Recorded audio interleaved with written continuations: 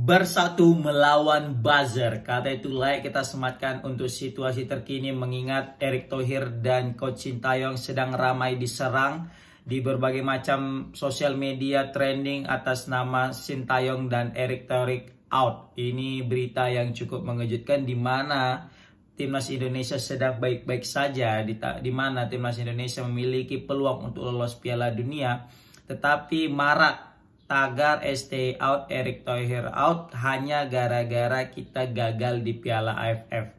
Ini sesuatu hal yang menggelitik, sesuatu hal yang lucu kalau menurut aku, ya kan?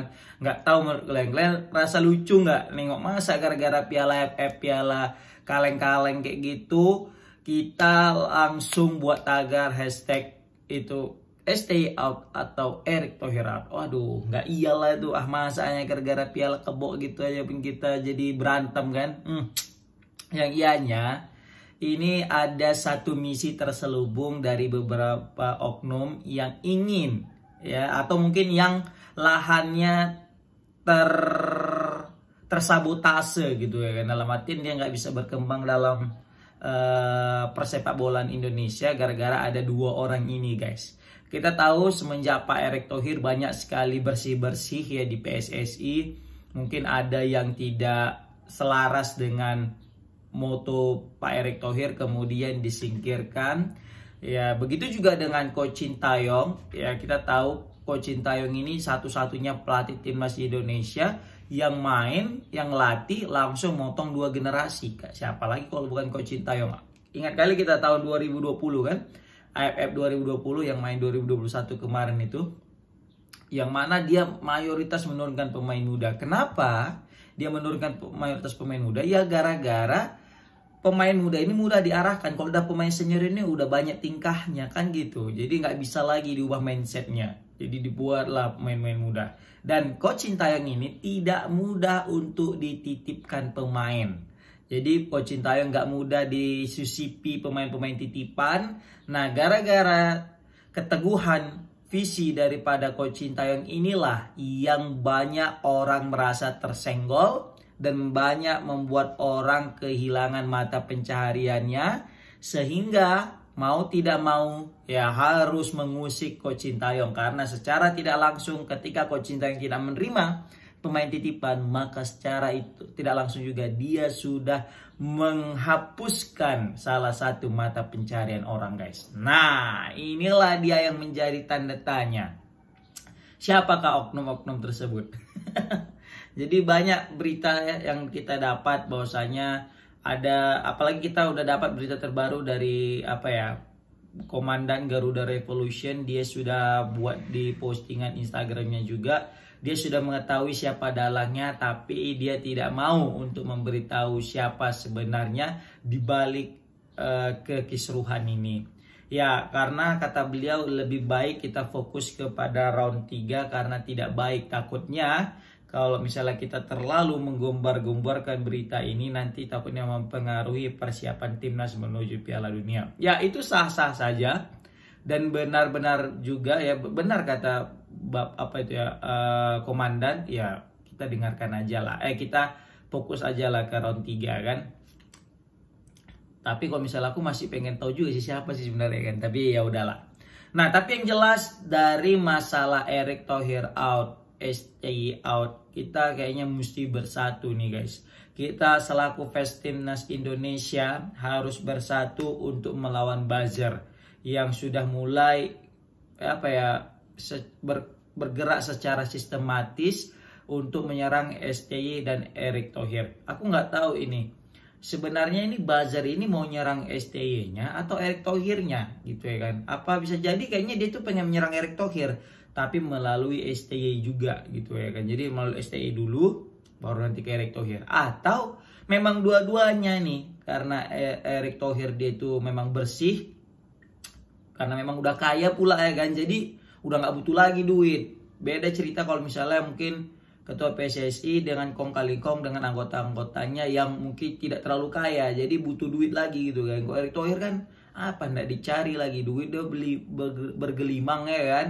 Nah, baru juga ditambah lagi STY ini kan orangnya bersih juga ya kan, anti suap-suap, anti money ya, walaupun kita tahu dia pasti suka duit, tapi kalau untuk cara-cara kayak gitu kayaknya dia nggak mau lah. Kita udah tahu lah orang-orang Jepang, orang-orang Korea itu sangat anti-anti kayak gitu ya kan. Nah, sekarang kita langsung ketika melihat ada akun-akun ya yang melihat di situ, yang kita lihat di situ ada berita menjelekkan Sintayong, berarti kayaknya ini ada indikasi susupan nih, yang udah bilang STI out atau mungkin STI tanpa naturalisasi nol, kan itu kayaknya ada something tuh, bisa jadi 700.000 tuh, 700.000. Tapi kalau ada akun yang dia mengkritisi ya, kemudian mengomentari daripada formasi atau mungkin pola permainan, it's okay lah, itu memang bagian daripada tugas kita juga selaku fans supporter timnas tentang pola permainan. Tetapi ketika sudah keluar daripada pola permainan, nah ini yang menjadi tanda tanya kan gitu. Nah, berbicara tentang STY tanpa naturalisasi nol, emang kalau misalnya Indonesia tanpa naturalisasi jadi apa juga kan gitu.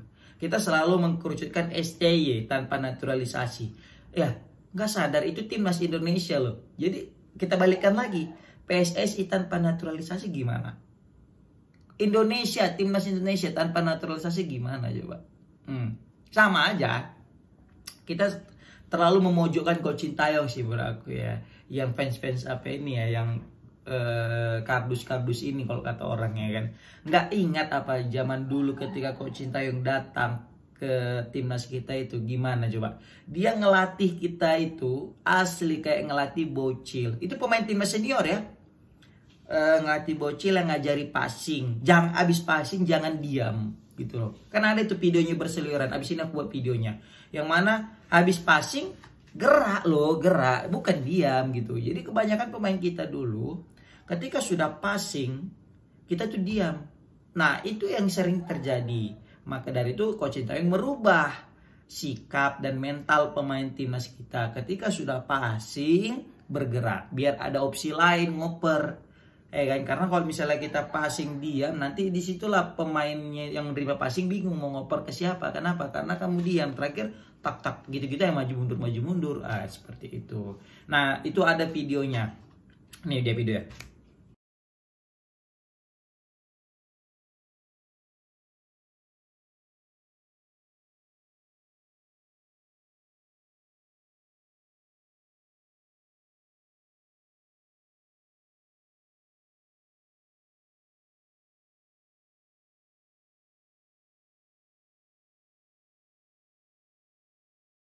Nah, itu dia videonya kan. Ya udah tonton bagaimana Coach Sintayong berapi-api untuk menjelaskan itu aja kan. Nah, ini jadi pembelajaran juga bagi kita guys. Jadi mentang-mentang kita sudah mulai berkembang pesat gitu ya kan. Jadi kita langsung punya ekspektasi banyak, langsung ekspektasi tinggi. Terus ketika sudah kejayaan itu sudah mulai nampak, kita bangun, terus dengan semena-menanya kita campakkan Coach Sintayong, itu kayaknya tidak lazim lah. Dalam artian itu tidak etis lah kita sebagai orang yang baru diangkat, terus kita campakkan orang yang angkat kita, kan? Apalagi kalau misalnya hanya kesalahan 1-2, ya wajar, namanya juga dalam bereksperimen, dalam apa ya, dalam suatu permainan, ya wajar. Kalau salah kita kritisi, jangan langsung STY out kan gitu. Nah, apalagi untuk masalah FF ini, ini semuanya gara-gara apa? FF, serius. Sumpah, ketika kita menghadapi Arab Saudi itu harum nama STY. Tapi semenjak masuk FF ini, sumpah dah, asli jadi bulan-bulanan STY. Walau aku tadi mikir, udahlah STY nggak usah main FF dah. Oleh mau ngelatih FF, kasih aja Coach Indra Safri atau coach yang lain dah. Biar terserah mereka ngeracik gimana, biar aman nama Sintayong. Ini mungkin Sintayong juga karena mikir prospek panjang ya, dalam artian ingin tadi SEA Games dan juga Piala Asia ya kan, untuk kelompok umur, dan gitu dia juga yang megang, ya mungkin ya udahlah gitu ya kan. Apalagi kan pemain-pemain yang punya potensi main di Piala Asia U23 nanti guys, yang mana di musim lalu kita berhasil menduduki semifinal kan gitu ya. Jadi apapun itu tetap kita dukunglah Coach Sintayong dengan juga Pak Erick Thohir, karena dua orang ini yang sangat berpengaruh dalam kemajuan timnas Indonesia saat ini. Kalau nggak ada Coach Sintayong, waduh sulit lah. Kalau nggak ada Pak Erick Thohir, kita nggak akan dapatkan pemain-pemain diaspora yang kita punya saat ini, karena beliaulah yang punya koneksi, relasi, serta apa ya, misi yang betul-betul paham dengan sepak bola luar negeri dan kemajuan sepak bola dalam negeri kita, guys. Ya kan, siapa yang mau meragukan Pak Erick Thohir lagi? Nggak ada. Bahkan sekelas Malaysia aja itu sangat mewanti-wanti tentang pergerakan Pak Erick Thohir ini. Mereka juga iri ketika Indonesia memiliki ketua PSSI sekelas Pak Erick Thohir. Makanya mereka pengen ketua PSSI mereka atau ketua FAM mereka itu berasal dari kalangan seperti Pak Erick Thohir, punya klub bola, ngerti bola, dan juga tajir, dan juga punya koneksi ke luar negeri. Makanya pemilik JDT jadi kandidat. Nah, oke, komen di kolom komentar gimana pendapat kalian tentang kekisruhan ini. Assalamualaikum warahmatullahi wabarakatuh.